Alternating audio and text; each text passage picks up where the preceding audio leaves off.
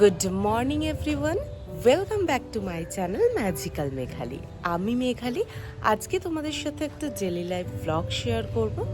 তো এখন ঘড়ি বলছে 11:10 আর আমি আছি আমার টেরেসে। গাছগুলো একটু দেখছি, কারণ কালকে সিজনের ফার্স্ট রেন, মানে প্রথম বৃষ্টি পড়েছে। আবার দোল আছে, একটু গরমও পড়তে পারে আবার ঠান্ডাও পড়তে পারে, বুঝতে পারছি না ওয়েদারের কি আপডেট।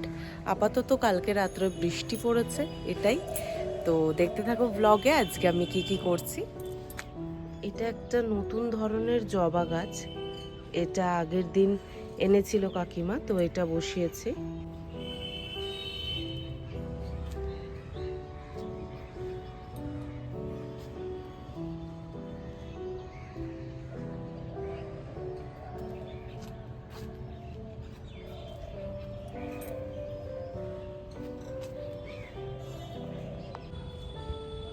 এদিকে শীতকাল শেষ হতে চললো, বাট এই চন্দ্রমল্লিকা গাছগুলো এখনো হয়েছে।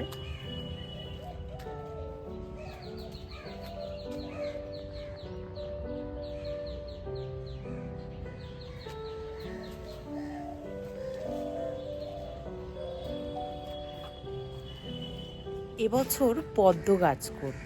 মাটি মোটামুটি রেডি হয়ে গিয়েছে, শুধু টিউবার এনে দিলেই বসিয়ে দেবো। আরও কিছু ফুল গাছ কিনবো। টিভি দেখছিলাম একটু আগে, তো মা ফোন করে বললো যে বাবা বাজার থেকে ইলিশ মাছ এনেছে। তো আজকেও আমি যাব লাঞ্চে বাড়িতে। কাছাকাছি বাড়ি হওয়ার না এইটাই একটা সুবিধা। মা যখনই ভালো মন্দ কিছু রান্না করে তখনই আমাকে ফোন করে আর আমি ছুটতে চলে যাই, কারণ আমি খেতে খুবই ভালোবাসি। তো কিছু রান্না করলে মা মানে আমাকে না দিয়ে খেতে পারে না, এটা একটা ব্যাপার। ব্রেকফাস্টটা করলাম আজকে চাউমিনের সাথে। খুবই টেস্টি হয়েছিল খেতে চাউমিনটা। অ্যান্ড ব্রেকফাস্ট করতে করতে আমি দেখছিলাম সর্বম মায়া বলে একটা মুভি, দারুণ একটা মুভি। এটা একটা হরর কমেডি, তোমরা অবশ্যই দেখতে পারো এটা। কিছু কিছু সাউথের মুভি এত দারুণ হয় বলে বোঝাতে পারবো না। এটা একটা Malayalam movie, but Hindi and Bengali version দুটোই আছে। জিও হটস্টারে আছে মুভিটা, তোমরা দেখতে পারো, দারুণ লাগবে। বেশ একটা অন্য জনারের মুভি। অনেক দিন পর এরকম একটা মুভি দেখলাম। স্পয়লার দেব না, বাট এটুকু বলবো মুভিটা দেখলে তোমাদের ভালো লাগবে। ব্রেকফাস্টে আমি অলওয়েজ কিছু না কিছু একটা ফ্রুট রাখার চেষ্টা করি। তো আজকে ছিল সবেদা। সবেদা আমার খুবই ফেভারিট, তো সবেদা খেয়ে নিলাম।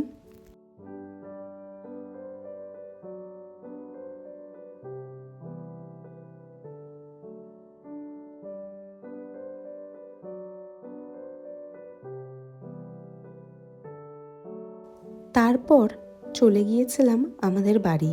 তুহিনী আমাকে ছেড়ে দিল।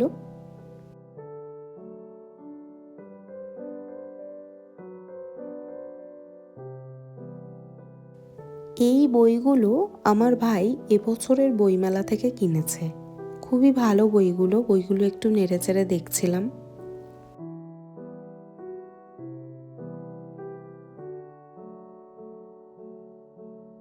দেন আগেই বলেছিলাম যে আজকে বাবা বাজার থেকে ইলিশ মাছ এনেছিল। তো লাঞ্চে ছিল ইলিশ মাছ ভাজা, ইলিশ মাছের মাথা দিয়ে তরকারি অ্যান্ড সর্ষে ইলিশ। আমি আগে ইলিশ মাছের পাতুরি, সর্ষে ইলিশ এই সমস্ত গ্রেভি আইটেমগুলো খেতে খুব ভালোবাসতাম, বাট এখন ইদানিং দেখছি আমার ইলিশ মাছ ভাজাটাই সবথেকে বেশি ভালো লাগে। আমাকে তোমরা বলতে পারো এক প্রকার ইলিশ মাছের পোকা, কারণ আমি একসাথে বসে প্রায় 10-12টা ইলিশ মাছ খেয়ে ফেলতে পারি।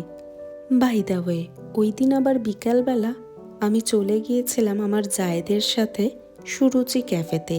এই ক্যাফেটা আমাদের বাড়ির খুবই কাছে। এই ক্যাফেটা বেশ অ্যাস্থেটিক, বাইরেও কিছু গ্রিনারি জায়গা আছে, আবার ভেতরে তো অবশ্যই ক্যাফেটার বসার জায়গা আছেই। তো বাইরেটায় বসে আমরা একটু ফটো ক্লিক করলাম, দেন আমরা চলে গিয়েছিলাম ক্যাফেটার ভেতরে। দারুণ একটা টাইম স্পেন্ড করলাম জায়েদের সাথে, আর অবশ্যই ঝুমঝুমি ছিল। আর ঝুমঝুমি থাকলে আমার সব সময় মজা লাগে, কারণ ও খুব কিউট, আর ওর যে কিউট কিউট কথাগুলো সেগুলো শুনতে আরও ভালো লাগে। ক্যাফেটার ভেতরটা বেশ সুন্দরভাবেই সাজানো ছিল। তারপর আমরা অনেক কিছু খাবার অর্ডার করেছিলাম। দেন ঝুমঝুমি প্রচুর দুষ্টুমি করছিল। প্রথমেই আমরা অর্ডার করেছিলাম ক্যাপাচিনো অ্যান্ড কিটক্যাট শেক। তারপর খেয়েছিলাম একটা চিকেন চিজ অমলেট। দেন ছিল পিৎজা অ্যান্ড তারপর ছিল ননভেজ বাকেট। প্রত্যেকটা আইটেমই দারুণ ছিল। তোমরা যদি কেউ সুরুচি ক্যাফেতে যাও তো এই আইটেমগুলো ট্রাই করতে পারো। সত্যি বলছি, নিরাশ হবে না। আমি এর আগে তুহিনের সাথে একবার গেছিলাম এই ক্যাফেতে, তখন মোমোটা ট্রাই করেছিলাম, সেটাও বেশ সুন্দর খেতে ছিল। এই ক্যাফেটা খুবই পকেট ফ্রেন্ডলি অ্যান্ড খুবই রিজনেবল খাবারের প্রাইস, তো তোমরা একবার ট্রাই করতেই পারো।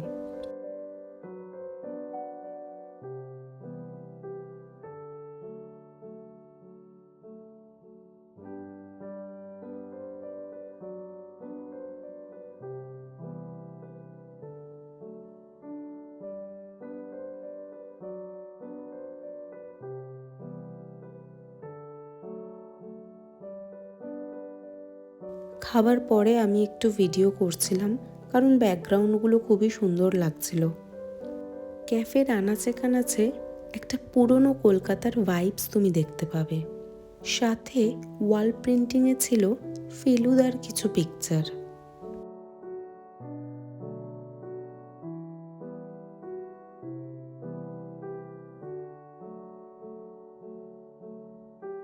আর ক্যাফের বাইরেটা কিছুটা এরকম প্রিন্টিং।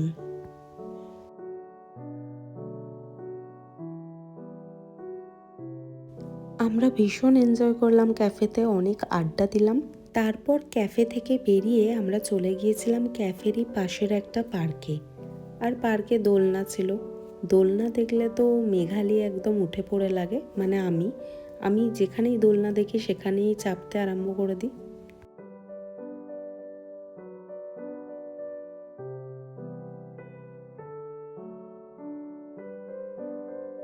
অ্যাট লাস্ট আমরা চলে এলাম বাড়ি। তো কেমন লাগলো এই ব্লগটা জানিও কমেন্টে। ভালো লাগলে অবশ্যই লাইক করো অ্যান্ড সাবস্ক্রাইব অবশ্যই করে দিও চ্যানেলটাকে আরও নতুন নতুন ব্লগের জন্য।